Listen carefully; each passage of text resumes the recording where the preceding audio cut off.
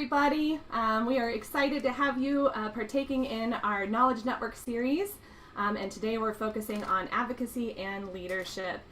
My name is Kim Woodworth. I'm the Executive Director for the Council of Colorado. Just a few housekeeping items before we begin. You've all entered into this webinar on mute for recording quality purposes. We encourage you all to ask questions from our presenters today. You can type them into the chat section at the bottom of your screen or raise your hand by using the reactions button at the bottom of your screen. Today's event is to educate, to bring those new ideas and practices best forward. So please partake in this event. This is all for you, right? If you have any questions after this webinar, please send them to our administrator, Bobby Vandenheuvel, at edcconline.org. We'll follow up with, after today's webinar, with a link to the webinar and a presentation. We will also post it on our website on the website that's dedicated to EDCC's Knowledge Network series. And finally, please follow today's discussion on our social media outlets at EDC of Co. And be sure to use the hashtag Knowledge Network and EDCC events so that we can follow you. For those of you who are new to us, EDCC is a statewide industry association that supports the economic development efforts across Colorado. We connect communities, our members, and our partners to high quality educational opportunities and trusted resources, and advocate for sound policies and programs that support a vibrant economy and enhance quality of life for all of Colorado. EDCC members come from a variety of settings. We are rural and urban, public and private sector, for-profit and not-for-profit, and include individual communities, counties, and regional organizations, local and state government, chambers of commerce, universities, and private industry. EDCC is building a virtual arsenal of information to keep our professionals updated on the latest trends, data, case studies, and thought leadership papers that our professionals can take back to their local leaders to begin these important discussions at the local level.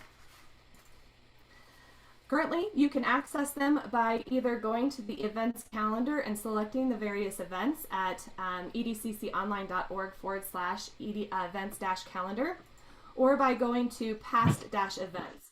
We are dropping the links into the chat section, so you may copy them and move forward with those. And also be on the lookout early 2022 for our announcement of the new website feature. We want you to make this feature a part of your ongoing professional development and tool so that you can help inform, educate, and transform your community. Also, looking ahead in 2022, we are planning our events and programming. We are planning our legislative election at or near, depending on the pandemic, at the Capitol in the first quarter. We would love for you to join us there. That is an opportunity for us to meet with our legislators and to connect ourselves to the process that's happening at the Capitol. We are planning our first regional economic development forum that coming back to those since the pandemic, and that will be scheduled in second quarter. We'll be celebrating our Economic Development Week with our partners at the Downtown Colorado Inc. May 9th through 13th. We welcome all of you to partake in this amazing week filled with local events and virtual training seminars. We're here to help educate community leaders on the value and importance of sustainable economic development. We will continue to host our Drive, Lead, Succeed virtual series, tackling some of our most difficult issues we have today, and it will be accompanied by very popular thought leadership papers. Our High in Demand Knowledge Network series will continue again next year, as well as our signature Drive, Lead, Succeed in-person conference scheduled for the third week in October. We encourage everyone to think about sponsoring these events as it takes an army of volunteers to get these events off the ground. There is great value in supporting our efforts in tackling our most perplexing issues and bringing the information and resources to the professionals that are needing it to spur innovative solutions at the local level. As a sponsor, you will be recognized through our various platforms, video recordings, website, thought leadership papers, in-person meetings, and more. Sponsorship information will be forthcoming as we begin to announce the 2022 events and programming season. And speaking of our sponsors, we need to recognize the support from our member and economic development stakeholder, the City of Westminster. Again, we can't thank you enough for supporting this event throughout this last year. The City of Westminster has been an advocate of EDCC's And we again thank you for that support. Now, without further ado, let's move on to today's programming. So you may be curious as to why the Knowledge Network. We learned a lot last year about the power of collaboration and connectivity. EDCC wants to foster the professional network that we are so proud of here in Colorado. We have a treasure trove of leaders such as yourselves in our community of economic development professionals that have learned tricks of the trade, best practice, quite possibly from their mistakes. I mean, after all, that's how we grow, right? This is our time to come together as an industry and support one another. We want to see each in your community and in your profession. The credit all goes to our Professional Development Committee for devising today's session and the series. They are a group of amazing professionals that, with great energy and leadership, led by Adam Kruger with the City of Thornton and Stephanie Trawler with the City of Westminster. If you are a member and interested in getting involved, we've dropped in their contact information into the chat section. I'd like to introduce to you today's moderator, Shannon Hein. Shannon is a part of the business support team for the Economic Health Office of the City of Fort Collins as a business specialist. Her focus is business engagement for small to medium-sized businesses. As a former marketing and communications manager, she not only managed events and marketing strategies, but she also helped connect clients with community events, programs, and resources. Shannon plays an active role on EDCC's Professional Development Committee, and she also won Rookie of the Year award back in 2017. Let's all give Shannon a warm Zoom welcome by Zoom clapping or emojis. Shannon, I'm going to let you take it over. Thanks so much, Kim. Good morning, everybody. Thanks for having me and for joining us this morning. Today's topic, advocacy and leadership. Hopefully you're in the right place. This is where you were intending to be this morning.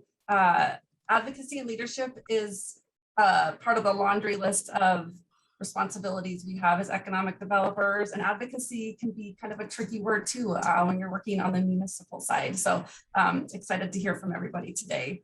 Part of what we do is building community support and raising public awareness around the issues that we work so hard at every day. Easier said than done, but one of the hardest responsibilities for us to execute. I'm sure we can all agree with that.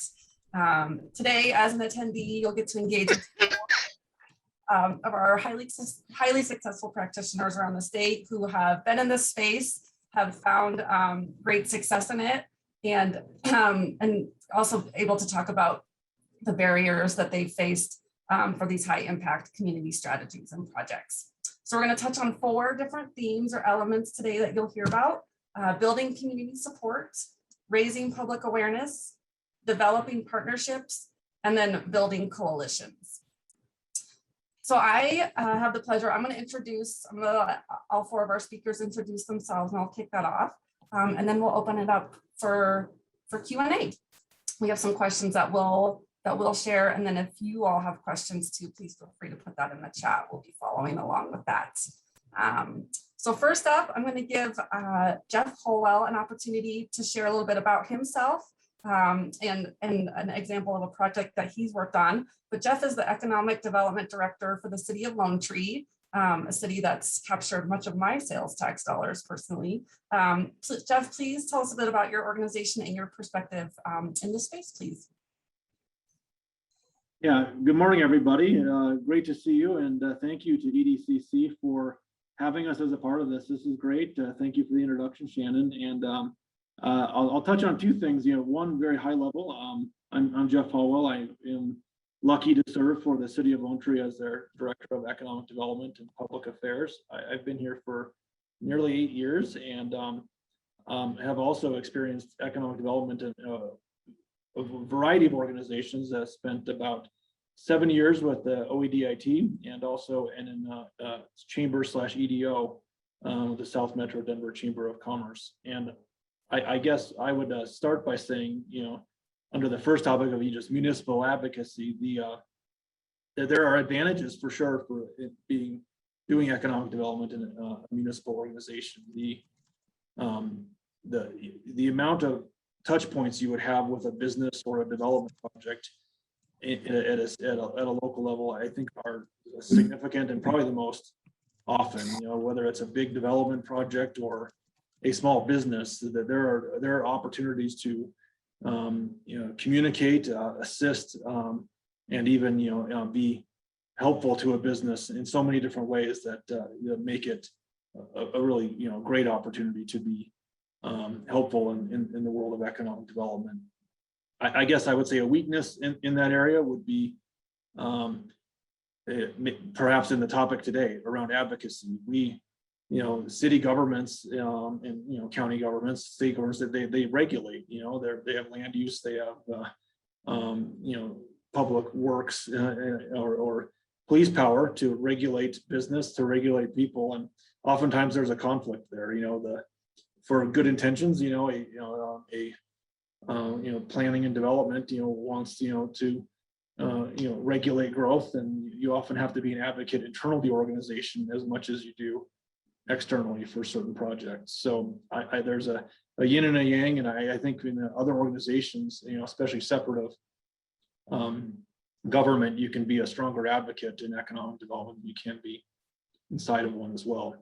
I'll touch briefly on a recent project for the city of Lone Tree, and it was a community engagement project, and it's one that has a pure economic development tied to it, at least if you count retail as economic development. Our community has survived, since its beginning on retail sales tax. We're home to Park Meadows Mall and many other retailers, over about 10 million square feet of retail in the city. And the changing face of retail is very real. Our buildings are occupied, but the people that transact and buy in those buildings, including the mall, are changing. They may come there as a showroom but don't buy as much, or they may see it there and then buy online. And that changed the calculus for the city a big way for the city's finances. This has been going on since the early 2010s, and became very apparent, of course, during COVID.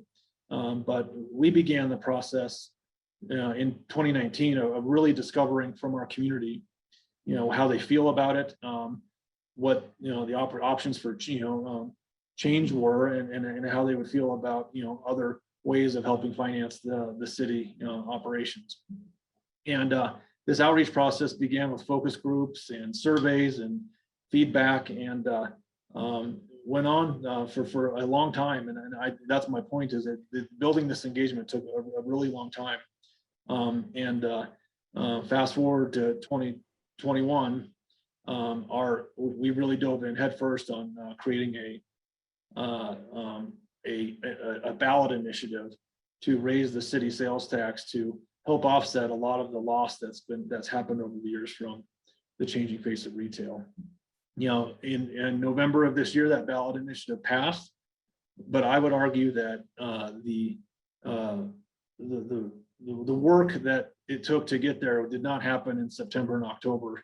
Of course, it was a very busy time, but the work of surveying the community, drafting a ballot question, and building support from our residents, our business community. The business community was vital to this. They were on board long before the council ever referred a ballot question, and then ultimately getting it to a point where it was baked and ready to go was about making sure that people were very engaged. And I would say for everything from very broad marketing to lots of cups of coffee with people and businesses is what really helped build this coalition of support.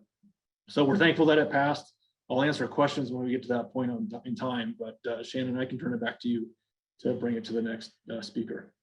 Great, thanks, Jeff. Excited to dive into that a little bit more. We're going to move to Marla Akridge. Marla's from Virginia and now resides in one of our most majestic and historical towns in Colorado, in Leadville, Colorado. She's now the executive director of the Leadville Lake County EDC. Marla, do you want to introduce yourself and then share an example of a project you've worked on in this space? Yeah, thank you, Shannon.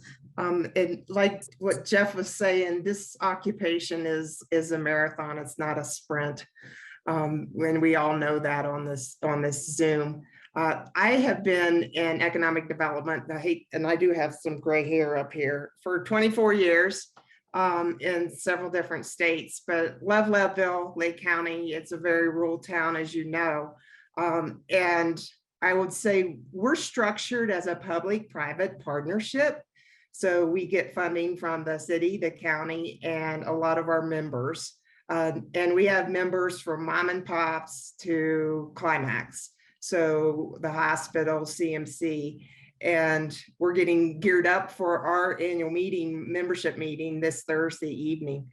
When I started this position, I really wanted to make sure that I understood the listening piece to our development process.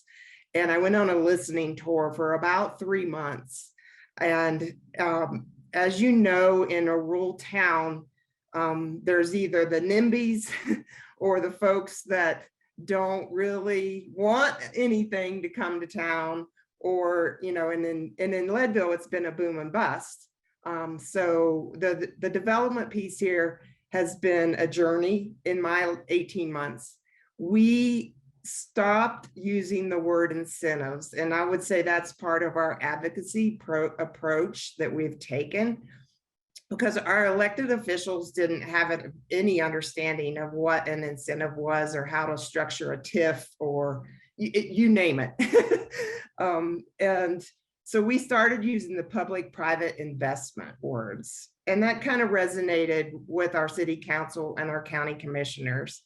On the project side, that was a journey with the TIF for one of our rail yard projects here that has commercial and residential. And we still have council members that raise their hand and ask questions. What is a tax increment financing piece, TIF? They don't understand opportunity zone.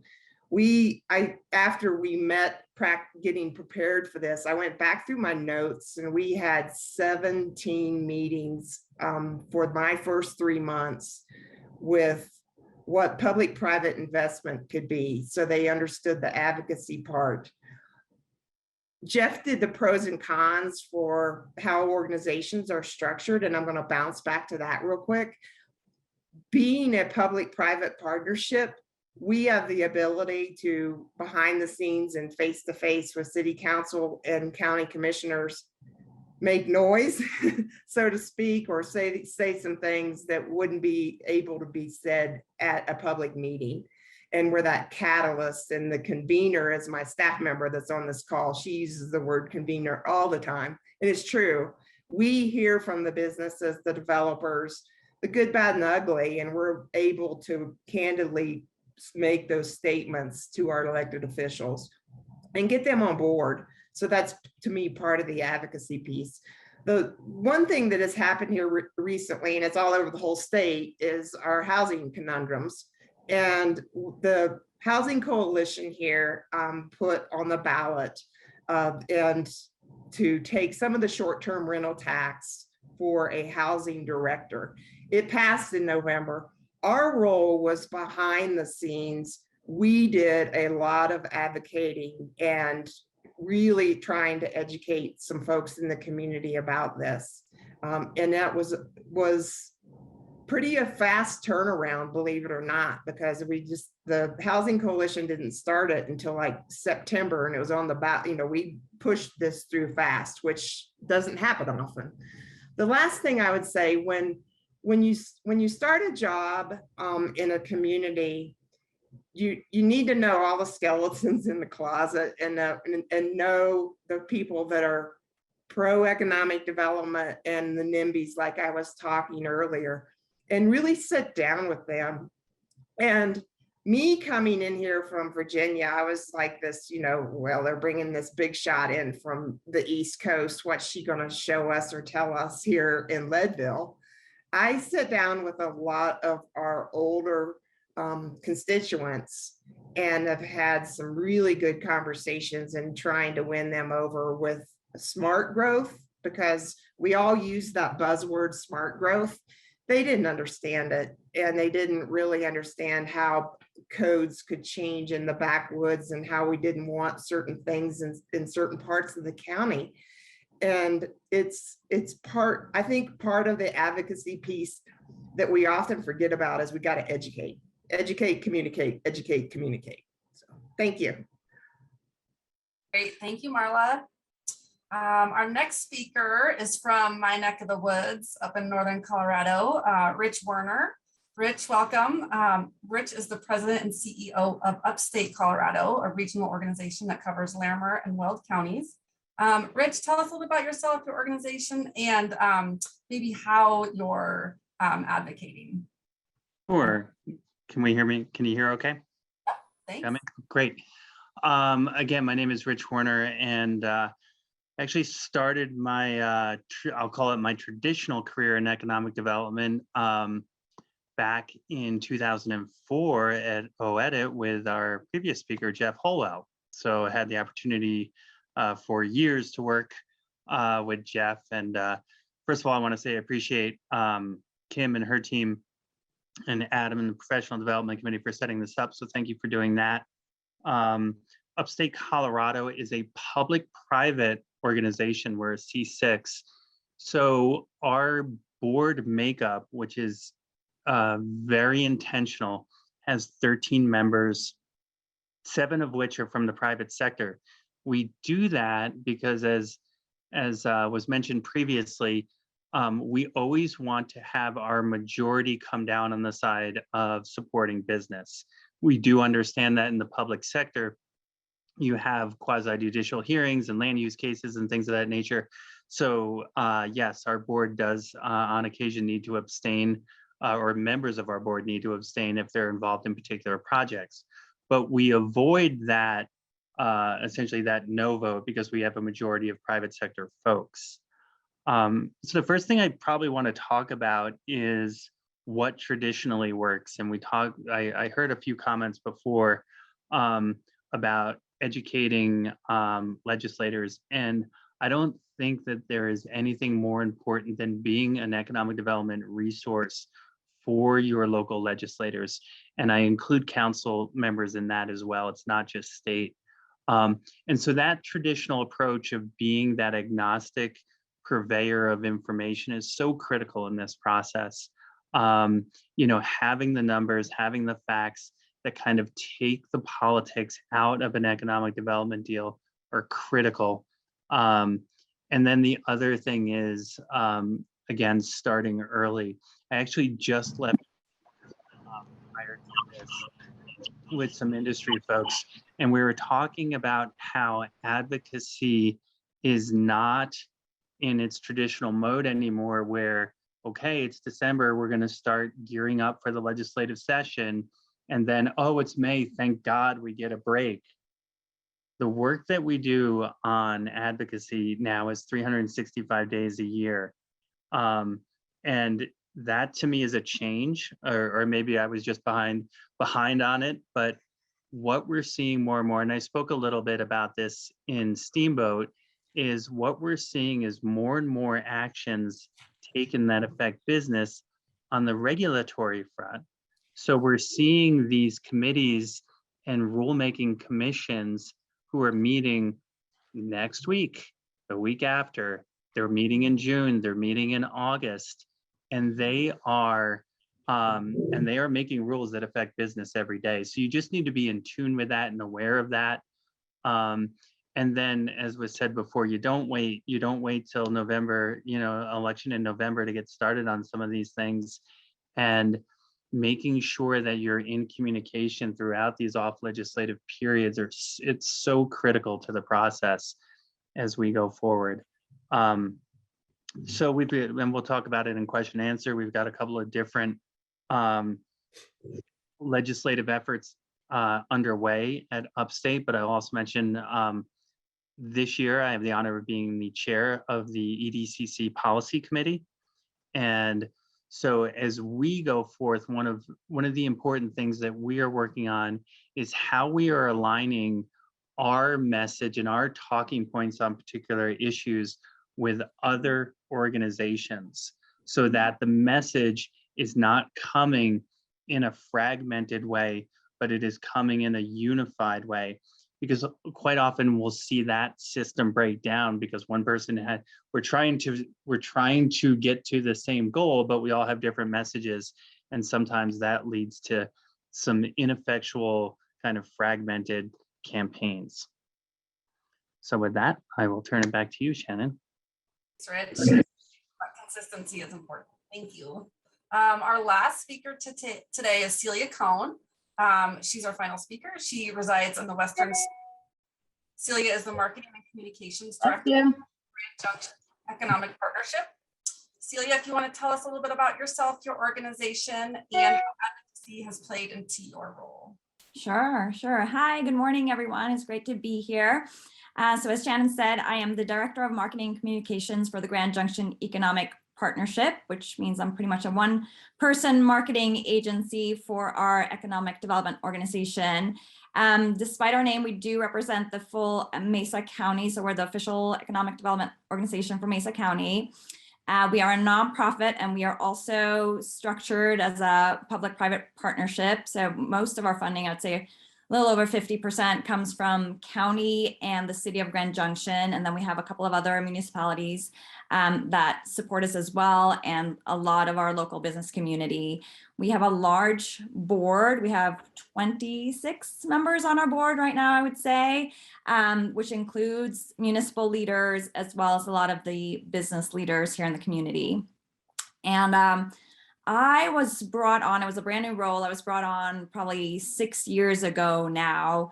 And it was after the city had launched a location assessment study of the full county, and a couple of key things had come out that were related to marketing. One was that the perception of Grand Junction and the Grand Valley on the outside, so outside of Mesa County, was more or less non-existent. It was pretty neutral. Most people just didn't quite know who we were. Anyone who did would probably say we were kind of a pass-through area, a stopover to get gas on your way to Moab or something like that. So people really didn't know us outside of the community.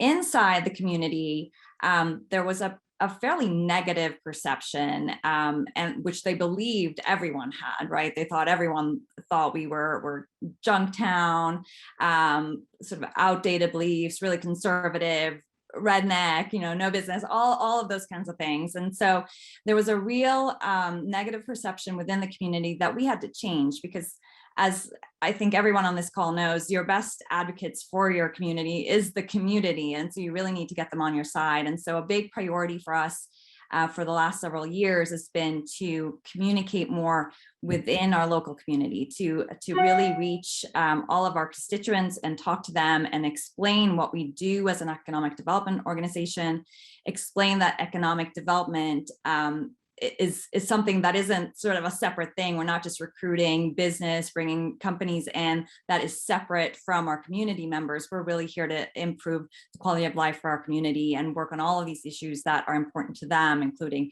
improving education, reducing poverty, bringing in affordable housing, all those things, and improving infrastructure. And so those are all things that we have worked on, and are making sure that as an organization, we are a part of those conversations, and that the community knows that we're a part of those conversations and that we are supporting those efforts. Again, that we're not just here bringing in business, although we do that. And obviously that has a great impact as well in bringing in jobs and supporting our economic welfare, but just making sure that our community knows that.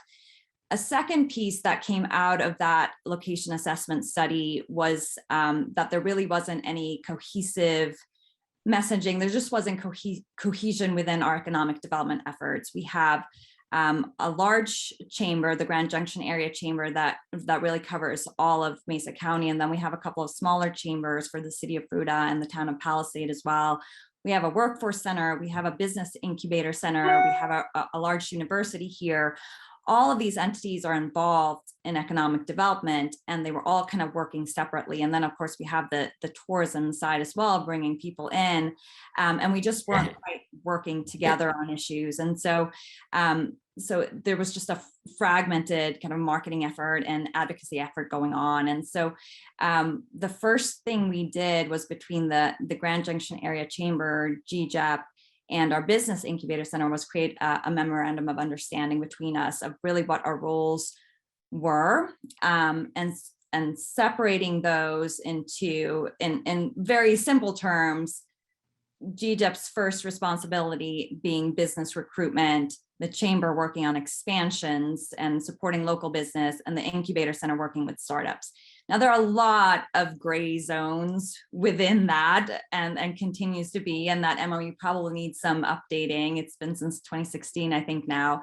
But the good thing about it was just that we brought each other to the table, and we made sure that we're now having regular communications about the projects that we're working on and pooling resources when we can, rather than just working in these siloed environments.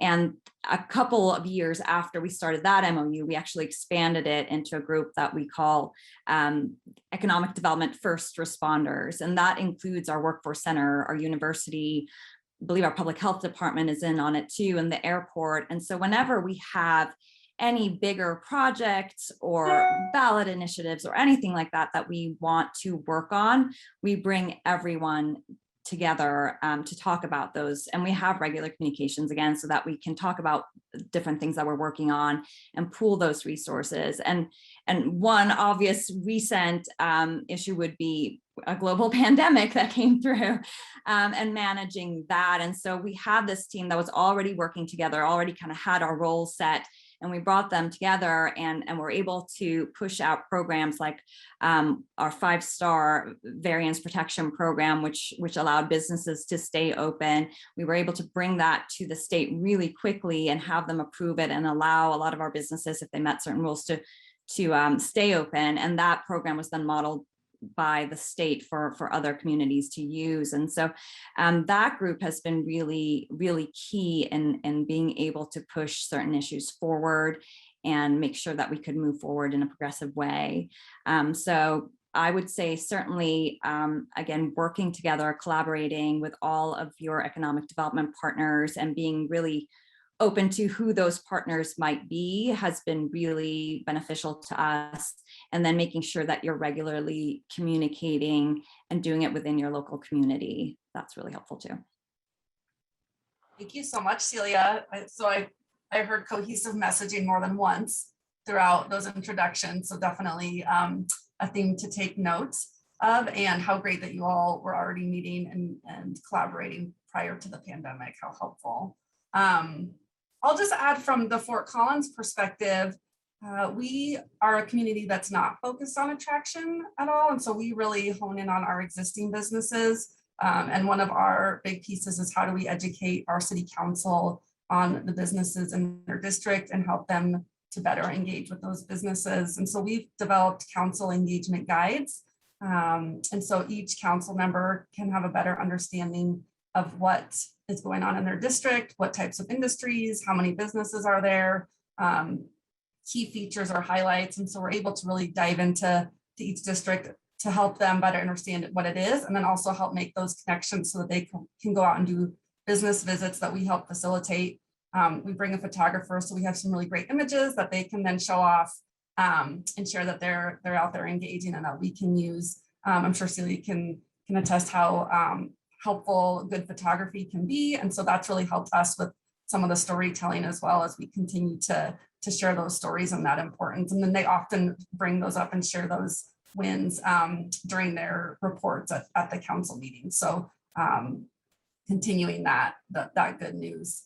Well, let's dive into our questions for our panelists. I'm going to start with Marla right now.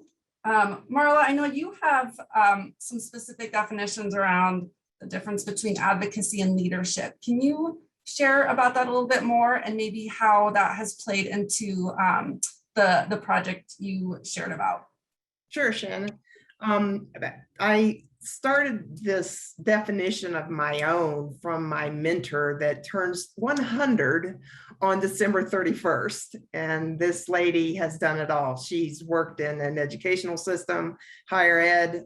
She's ran a business. She was lieutenant governor of the state of Ohio. And her last gig at the age of 78 was she started a community foundation. And she always said that you should have definitions of certain words that apply to yourself. So when one of my mentoring sessions with her, I did this. And advocacy for me is taking action and being accountable for oneself by increasing and creating a better life. And leadership is the ability to empower others to achieve and collect and set goals for the progress of the future. And Dr. Ford, my mentor, says they overlap, and they really do. But knowing the difference between those two is critical when you're working in the public sector.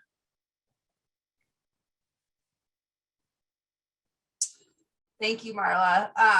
When you're talking about increasing and creating a better life, I mean, as far as advocacy, that really kind of dives into the work with the housing director. Can you speak to that a little bit? Yeah, we knew that we had to do something here with our housing conundrum. So the leadership here, well, our board, the city council, county commissioners, we had a lot of meetings, and we just said, let's take this action on to put this on the ballot. So, that's to increase the better quality of life. Is it going to happen in a year? No, it's going to be a long journey. But we know where we want to go now, and we have identified the land sites and have a really good understanding of how we could slowly chip away at. And I stopped using the word affordable housing because as one of our definitions, I think it's more workforce housing. And that's one of those advocacy educational things that we started doing too. Is my definition of affordable housing is drastically different from everyone on this call because of your income. So we just really started saying workforce housing, and that was part of this process too with the advocacy piece. Great, thank you, Marla. I'm going to jump over to Jeff and talk about sales tax and your ballot initiative. I'm sure that there were some challenges there that you ran into. Can you talk about that and how you use that to help garner public support for your project? Yeah, thank you, Shannon. And I'll also kind of touch on the question that was in the chat that was presented by Adam around the, what we did to garner support. A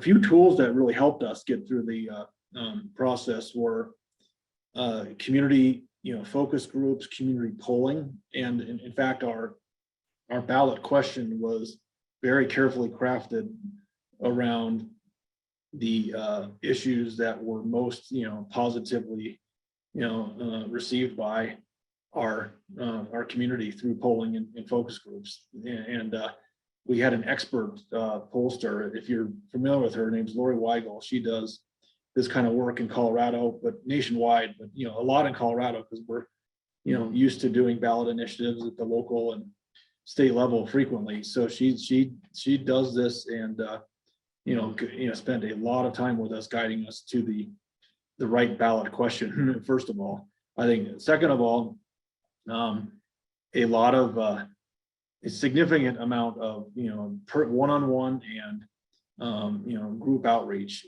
Every possible constituency group we could think of, we met with, or person we met with that and that's, it's impossible to reach everybody, but we did everyone we could and really built their support early. And then I guess the answer to the last question is that's the challenge for especially for a person working inside of government. Once a ballot questions referred, we had to back away from it and let the community own it and campaign for it. So building that coalition and that support first was vital, because afterwards volunteers had to take ownership of it, and they did, and they raised money, and the business community is who's put money into it that already had our support, and not having any control over it for 3 months was challenging, of course, but the fact that the community owned it and took it was a testament to all the work that went in before it. Jeff, does the city of Lone Tree, do you all have business associations or different groups that helped gather together to push that or not push that? Yeah, we're a small, we're a community of 15,000 people. Although we have a lot of businesses, they're not enough to have its own Lone Tree Chamber of Commerce. So we count on our relationships, but also, internally, but also our external groups. I see one of them here, Amy Sherman with the Northwest Douglas County EDC is a very close partner of ours, and a lot of our businesses are members of her group. So we work with them. And Amy was definitely very involved in a lot of this, and our other partners too. But primarily it's just the business, those businesses that were primarily have traditionally been in leadership or been present. We made sure that they were on board long before we did anything, so they couldn't become a problem later. We didn't and surprise them with something, because it's raising a tax on a business is significant. They have a stake in it, and they also have a stake in the outcome of it. So I think that having that early on is very important. And beyond that, just having relationships with business has value anyway. So all the work we did to do it will pay dividends for years to come, just by building those relationships over and over again. Were there any surprises kind of in the last minute that came up, or anything you had to dodge or manage there? I think not any terrible surprises. There was definitely a constituent people, primarily residents, that and it's no surprise, but they were not in favor of the effort. So they worked hard, as they have the right to campaign against it, and it became a pretty active campaign. And we didn't know if it was going to be an active campaign, or in some cases these are quietly done, but it did require significant work, from our council and from volunteers in the community to keep that drumbeat going, because of the opposition campaign as well. Great, thanks, Jess. Rich, I'm gonna jump down to you, or up, wherever you are in your square. Where does the advocacy process break down, or when has it been ineffective? And what did you? Yeah, I mean, first and foremost, if we're talking about efforts on the local level, when you're talking about sales tax increases or bond issues, to Jeff's point, having the Amy Shermans of the world be that voice is so critical, where you have kind of this independent committee, whether it be chamber executives or community leaders, who can lead that effort outside of the municipality. It tends to work. It's a very good model to follow. Where the system often breaks down, and there's a lot of examples of it. If we're sticking with the local example, and you're talking about bond issues or tax issues, it's the why. So many times these efforts fail because the initiative is not explaining specifically what the money is going to be used for. I have found that whether it be school bond issues or tax increases, if you tell the voter what specifically the money is going to be used, the majority of people understand that we need to invest in our own communities. And if you specifically tell them how it's going to be spent, more often than not, you're going to get a favorable response. You will always have your anti-growth or anti-tax people, but school bond issues, they go down all the time, because the bond issues are like, we need $80 million because we need to build stuff. Well, if you don't specifically say school A is getting a new gymnasium, or school B needs a new classroom because the kids are in trailers, that's your own fault, right? So that's the first kind of example of where these things break down. on a larger picture, and I kind of made reference to it before, on the advocacy side, sometimes we can have multiple organizations who are all supportive of getting a bill through, or in a lot of times opposing a bill that's going through, but they're not doing it with the same voice. So you've got one community that's saying, yeah, we're against it, but they don't have the resources and the tools to kind of shepherd and convalesce the business community, right? A lot of our shops across the state in economic development, as we know, are one-person shops. And the best voice that we can have, and listen, we all believe in what we're doing in economic development, and we believe we're doing it for the right reasons.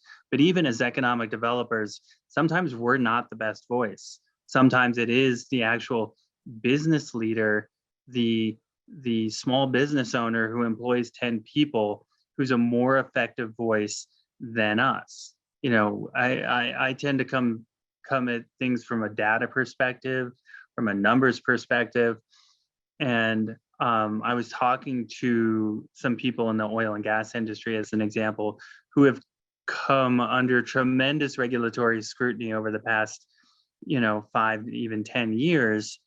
Sometimes when they talk about their impact on the state of Colorado, and they're talking about the billions of dollars created, people glaze over. Those numbers just become too big, and they don't resonate with the people who need to hear that message. So there's unfortunately a lot of different ways that the system can break down in advocacy, but those are just a couple for conversation point. Does that answer the question? I think I've scared Shannon off. So yeah. So I can keep talking. Rich, now you're now the moderator. So okay, that's perfect. So, but oh, she's back. Did you want me to keep going, Shannon, or should I? Yeah. No, I'm sorry. I'm back. Sorry about that. That sounds great. Thank you, Rich. And I know you have a lot of experience in that space, and school bond issues certainly are a timely topic as well right now, after having just gone through election season. So we'll come back to you, Rich. I know we've got more questions. Celia, I'd like to jump to you. Sure. It say GJAP? Is that how you say it? Yes. It's the Grand Junction Economic Partnership. That's really long, so we like to just say GJAP. GJAP's been running a number of sustained marketing efforts to increase awareness and gain support for economic development issues within the local community. Can you tell us a little bit more about those and how those have worked? Yeah, sure. And let me step back for a second and just say, kind of give a little background and say, so I came to GJEP from Development Counselors International, which is a marketing agency that works with economic development organizations and tourism agencies all over the country and the world. And so we did a lot of work on media relations and building communications plans for communities, including some that are on the call today. And one of the things that we noticed, and that Grand Junction does the same thing, and so communities everywhere do it, in the same way that we look at business recruitment and say, if we could just get that one big company, that one Amazon, whoever's going to come in and bring hundreds or thousands of jobs, and that's all we need, and we're set, and that's awesome, and we don't need to do anything else. In the same way, we tend to look at media relations. Like, if we just get that one story in the Wall Street Journal, or we get to be on, primetime news or whatever, then we'll be great. Everyone will know who we are, and that's going to take care of everything. And it doesn't work that way. Those stories are really hard to come by. B, if you do get those stories, most of the time they're probably going to be a negative story, because that's when they want to cover you, right? They don't care about your positive news stories from a small community in Western Colorado. And then C, when you're talking specifically about advocacy and building community support, those stories don't help you a lot. The stories that you need, the education that you need to get out there is really within your local community. And so we made a concerted effort to really have a regular presence in our local media.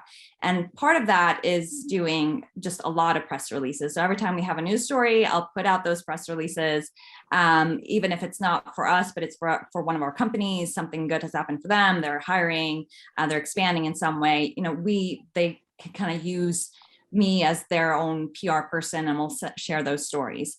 But the other piece is we have a monthly column that we do in our local newspaper, the Daily Sentinel, and that's actually an in-kind donation from them. So they get investor benefits by allowing us to have this space. And that's a space where we can, share our news in the way that we want to and kind of tell our story the way we want to. And so a lot of the issues that we are working on, projects we're working on, things where we need community support, we tend to put those in that story, and we can share that in a number of other ways. And we also do a monthly radio segment on our community radio show, KFM.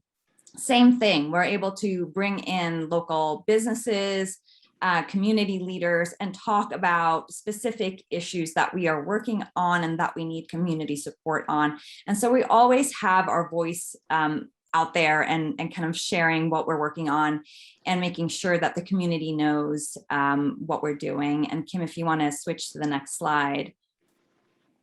And then once we get our story out there, the next thing that we really wanted to work on was making sure that we created more, this kind of talks more about that. So I guess we could skip. So this is more about the press releases that we do and just getting those stories out there on a regular basis. They're on our website. We share them through social media. We share them in our newsletter, and even in our newsletter, even if it's not something that we specifically have worked on, but it is an economic development story, or it is a ballot initiative that we feel needs to be supported, for example, more money for schools, things like that. We make sure that we're sharing those stories too, but because they all affect and impact our work as well. And so we continuously share those. Then if you want to go to the next slide, Kim. We also wanted, again, what we talked about earlier, your best advocates are within your community. And so we launched last year, we launched a social ambassadors program. And there are lots of ways to kind of create your brand ambassadors, and there are lots of tools available, and I'm happy to share those in chat or afterwards if anyone's interested. But digital tools where you can bring community members, you can ask the community members to sign up. And they get an email every time you want to share a story. They get kind of prepared social media posts that they can just one click and it goes out on their networks. And it's a great way to increase your reach, get to more people, get your word out there. And again, they just sign up, they link their social networks, and then those stories are shared. There are other ways to do it. You can have lots of programs where they can get rewards, or they can get points for attending certain events or writing their own stories and things like that.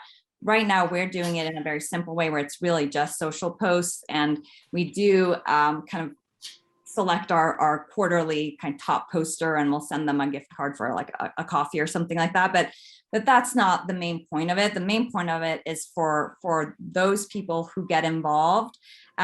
They increase their thought leadership, so it's great for them. They become influencers, in their space, and we get to push our stories out there and really communicate those things that we want to communicate. And so we use it for everything from, a good news story that we've had to, we need to hire somebody, can you share this story? And everyone can choose whether or not they want to share it, but they always have that opportunity, and it's really easy to do. So that's a big program that we've been working on as well. I don't know if I have another slide that might go, I do. So the final slide, and this might actually go into the next question, Shannon, so I don't know if we want to talk about this right now, but this is from our economic summit. We have an annual event. It used to be just our annual meeting for investors, fundraising, our main fundraising event, and we broadened that into a full day conference. And that's been an opportunity to really take all of the issues that we're working on and get community input on it in one day. And so we can talk about all the things we do and the economic impact of it. and make sure that people know that we're involved in those issues. But then we also do breakout sessions and workshops where all community members from all different industries come together, and not just from the Grand Junction area, but from across the Western Slope, come together and kind of talk through issues. So everything from transportation, freight issues, to education, to healthcare, affordable housing. We had all those topics this past September when we did our last event. And we really get to workshop and hear from the community what their issues and questions are, and kind of what trends and topics that they want us to work on. And then we also kind of get to share what we are working on and how we're tackling those things, and kind of formulate a plan to move forward. Yeah, and that's it. Great, excellent work. Celia, I'm curious too, as you've developed relationships with your local media partners, what does that look like? If we've had examples where our local media, for example, like construction impacts to businesses, we're working with them around like, here's some resources, we're here for you, we want to help support you through this. But then when the article comes out in the paper that says stay away from that area, you know, it's not very helpful. And you know, through follow-up, we can try to change that messaging, but not as effective. Do you have any thoughts on how, when the media is messaging maybe something different than what you're working towards? Sure. That happens for sure. So a couple of things. One, I know our local media, and for a lot of smaller regions, local media, that tends to be their first market. So they're probably pretty new reporters, and they don't really know the questions to ask or how to formulate the stories. And so it's really important to be detailed. I almost always have a press release with all the information for them spelled out, along with any questions they might be asking. And that way they kind of have something to turn to and get those details. And then I try to build relationships with the newsroom managers, because they're the ones who obviously edit those stories and tell you which way it's going to go. And so to have those positive relationships is really important too, and working with them. We're fortunate here in the community. We have a really long name, and it's the Mesa County Communication Officers Association. But it's an organization of pretty much anyone in the communications field locally. And we do like monthly media meetings where we invite new reporters in and we talk to them and build those relationships and just network. But we also use it as an opportunity to educate them a little bit on our organizations and what we do and who covers what. So when they know, you know, if who to go to when they have a question, and things like that. And that is definitely helpful too in building those relationships, also because there's a lot of turnover in newsrooms. So it helps to do that regularly. And then the final thing I would say on that is, you know, negative stories are going to happen. And the best way to move past them is to just push out a lot of positive stories, right? Just overwhelm with positive stories. And it doesn't have to be big stories all the time. It can be, like I said, it can just be something nice from a company. They expanded, whatever, they hired someone. But if you continually push out those positive stories about what you're doing for your community, then those negative stories kind of fall to the wayside a little bit. Same thing goes for social media. You know, everyone has to deal with kind of the trolls, the people who push negative comments. And I say the same thing there, you know, address them if you can, make a comment, be factual with it. Don't get into kind of the personal argument thing, just a factual comment, but then leave it alone and just push out more positive stories, more positive posts instead. And then people won't really pay attention to those anymore. Great advice, thank you. I'm going to jump to Jeff. Let's go back to Lone Tree. Can you tell us about the dynamic between your city manager and your economic development department? What does that relationship look like? Yeah, thanks, Shannon. I am in our organization. I'm part of the city manager's office, and you know, I'm lucky that you know he also stepped into that role from an economic development role as well. So he was already very well educated and supportive of it, and the council itself is very excited about, the development of the community. So we have that support, globally. And I would, just to get into the nuts and bolts of it, it's a good position to be in here because I think overall we'd like to, guide, good growth and, job creation in our community. But, the other, and rightfully so, other, parts of the city government are regulating things, the community development department, public works are, or other outside parties like our, fire rescue district or the water, the districts that, are regulators, and they can often get in the way of a development project, whether they mean to or not. And it's good to be in a somewhat autonomous role to advocate with those when you need to, because it's not through their bad intention necessarily, but the fire department, for example, may be very worried about fire safety, but their time and overkill may sometimes really become a problem to a developer, to a project, and we have to be an advocate. So the short answer is I think being in a more generalized place in the city manager's office has a lot of advantage for if you're doing this in a city government organization. Where it's warm. Great, thanks, Jeff. Marla, I wanted to ask, you talked about some of these listening tours that you did to garner support. Did you receive any kind of pushback? How did you work through that? Definitely had pushback and setbacks, but I think everyone that is in this industry is a bulldog and tenacious and just keeps chipping away. We had a local leader here that has worked hard with race series and seeing that and it is an economic engine driver, but he didn't understand smart growth or diversifying the economy. So we have visits frequent, and it's consistently visiting with him and educating him about what smart growth is, and that we're not going to bring an Amazon or a large corporate company here. We don't have the capacity, the infrastructure, the human capital, everything. So yes, serious setbacks, and especially I think, I was from the East Coast and everyone was like, oh, what's she going to tell us that we don't already know? And, with this expert from afar. So I had to garner a lot of relationships and, really meet with them and do that listening tour. And I still am still in the listening tour mode because of the pandemic and the transitions with so many things in our county. Great, thanks, Marla. We have a question in the chat. I'm going to throw and see if Rich has a response to this. To Rich. This is going to be Rich. What about advocating for funds that directly or indirectly you may be competing for within the community? For example, ballot initiative with the library district or departments and local governments.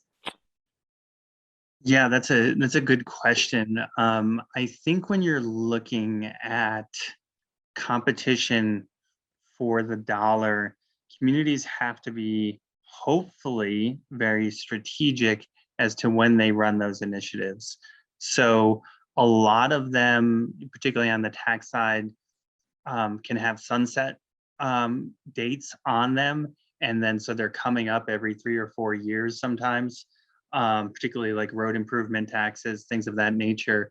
When you get into school bonds and library districts, fire districts, by the way, Jeff mentioned fire districts. That could be a whole different topic for another day, but we'll move on there so I don't get in trouble.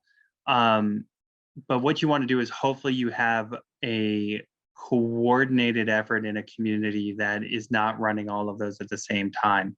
You never want to see that library district competing with a school district, things of that nature. So yeah, I would start there, that hopefully the leadership in that community is helping who you would need to champion to get those bills through, are helping coordinate that long-term strategy in a 5-10 year window. Celia, I don't know if you have any thoughts to add on that from your perspective, from a messaging perspective. Or I would just echo Rich's sentiment. I mean, I think you have to work together. That's when it really helps to have those partnerships and have those regular communications so that you know what other partners, other community members are doing, what initiatives they're pushing forward, and you can coordinate your communications and time them accordingly. It doesn't always, happen. I mean, everyone has their own sort of agenda and goals, but it really does work. And if you kind of have that mentality of, we support you, then you can support us and move it forward that way. I think that's what you have to do. Really, you have to work together. Rich, I'm just going to pop back over to you. Another question is regarding what is effective these days in advocacy. Are you seeing any new efforts? But then kind of a second part is how are you doing that across county lines, especially you represent an area, Weld and Larimer can be somewhat different. And so what's working in that space, and how are you bringing that success to two areas that may be different? Yeah, and for folks who might not be familiar with Northern Colorado, Shannon's state is understating the difference.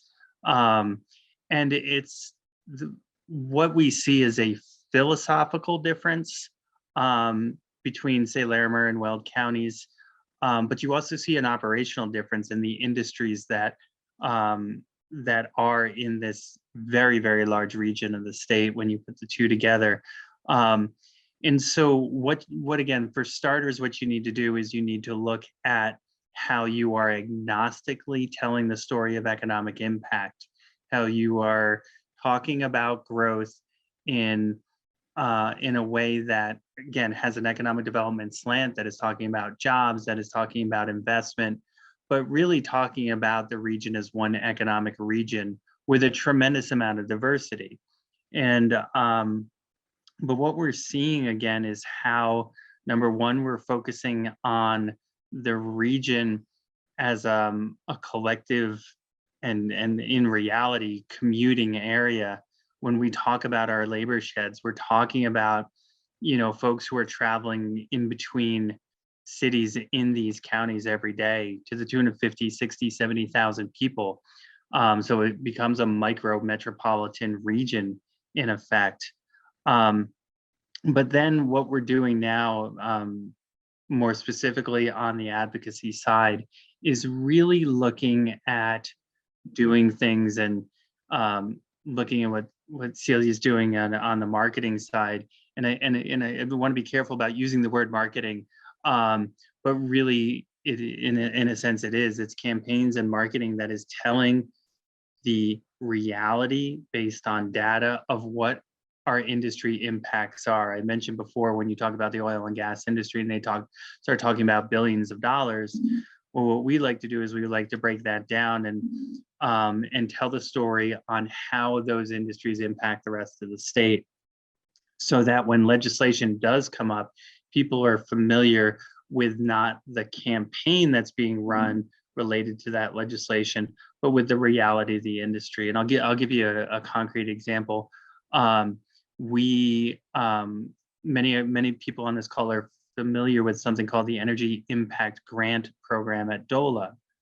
That's a program that awards grants to the tune of $200,000 to $1 million to communities all over the state of Colorado for things like roads improvements, bridges, wastewater treatment plants, things of that nature.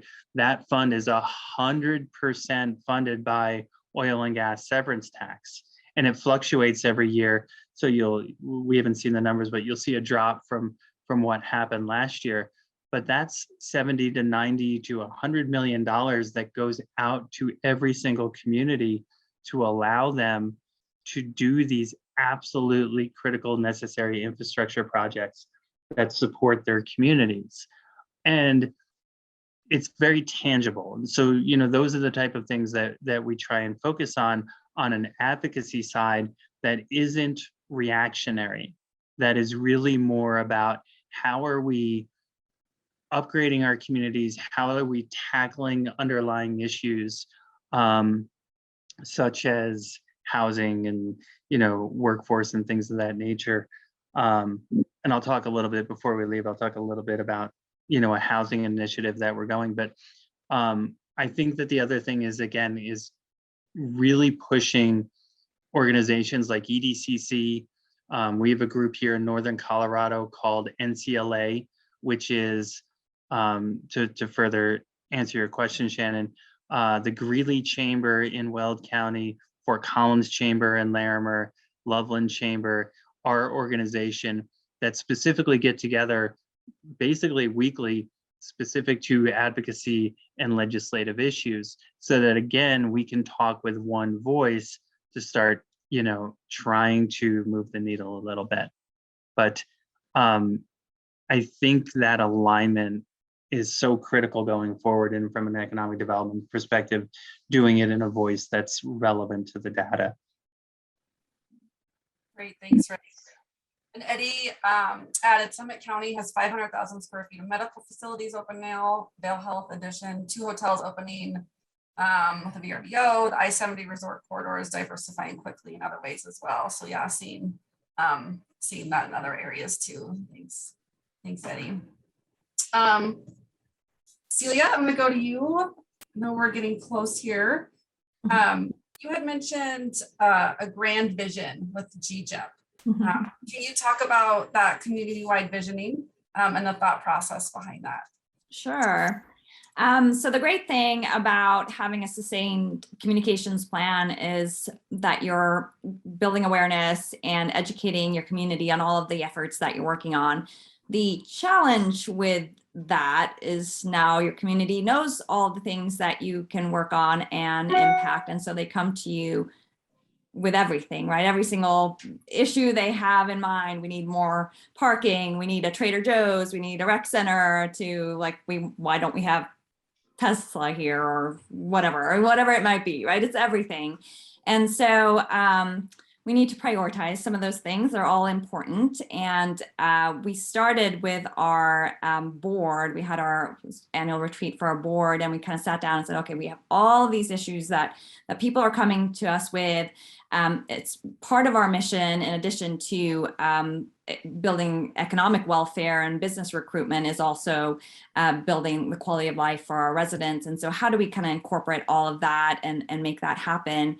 And so we talked about, okay, we need to set a long-term vision for our community. We've grown a lot. We've changed a lot in the last few years. We've diversified. Our industry makeup looks different. And so how do we kind of move forward and do it in a thoughtful way? Smart growth, as Marla said, right? How do we make that happen?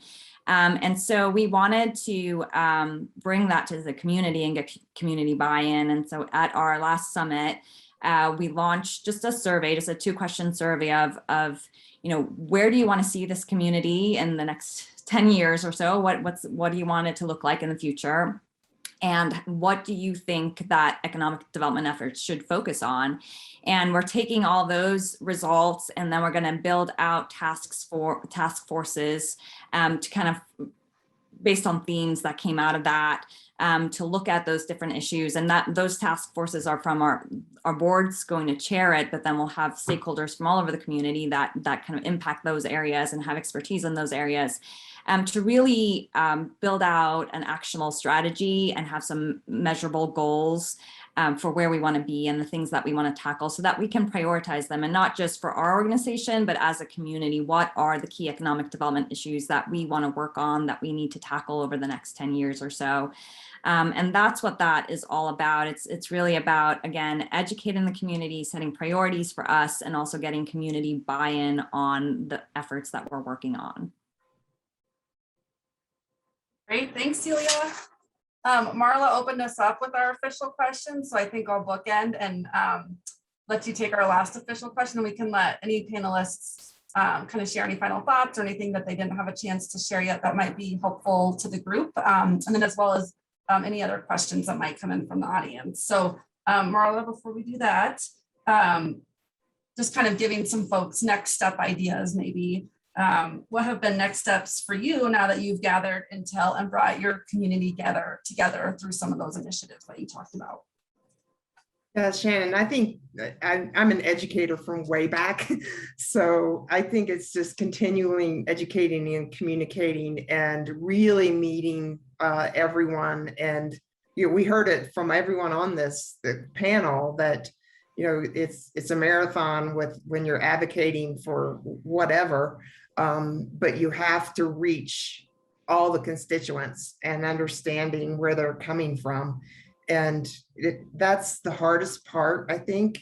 And I forget who said it, but I've always had the philosophy too, to put a volunteer in front and I step back. And I think having the volunteer or an elected official do the speaking is really important because it allows them to have the buy-in. Buy-in is the hardest thing. I was on the Aspen Institute workshop the other day. I don't know if anybody participated in that, but they were talking about building capacity. And I thought, I know the definition of building capacity. I've done it for decades. And it was really interesting because it's all about trust. And that resonated with me with everything that we do. It's truly the trust. Marla, is there anything specific in 2022 that you want, any specific tactics that you'd like to share? Tactics will be to try to elevate our organization to the next level. And we have a new county manager that we're mentoring and educating, and we're going to have a new city manager. So we'll be, kind of shepherding them along with education, training, and advocacy. Marla? Thanks. Well, if there's any questions from anybody in the audience, either in the chat or raise your hand, or if any of our panelists wanted to add anything, any ideas or thoughts that they didn't have a chance to share, we can open it up. Yeah, I would just say that last point is really important. Never underestimate that your councils change, city managers change, political leadership changes all the time. Your role as an economic developer is to get to them as quickly as possible to just talk about what economic development really means. Open up your playbook, explain how it works, just from a dry, this is how we do our job. It's really important. Then you become a resource to that individual. And then finally, if you guys want to have fun, we are undertaking a new initiative through some folks in Metro Denver because the housing issue came up. So we figured out a way to solve the housing issue. So we'll send some notes out on that.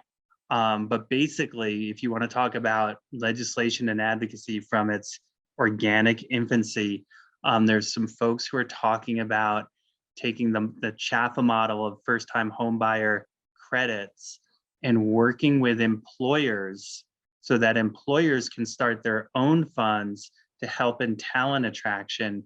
And we're toying around with how we can get the state involved in supporting that initiative, possibly through a tax credit or something like that. So we will send more information out through EDCC if that is okay with Kim, or you can contact me directly. And we may be having our first meeting on that as early as tomorrow afternoon.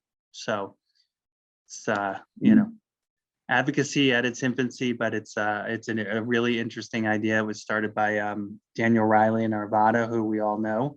And we'll get more information out to the group as soon as possible.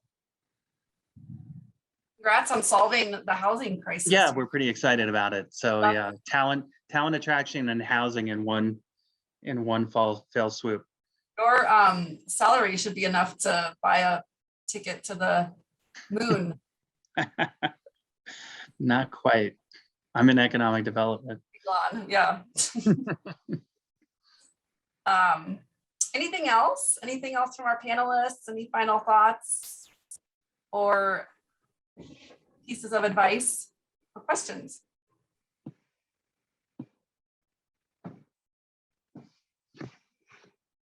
All right. Maybe I'll turn it over to Kim then. Thanks, everybody. Hi.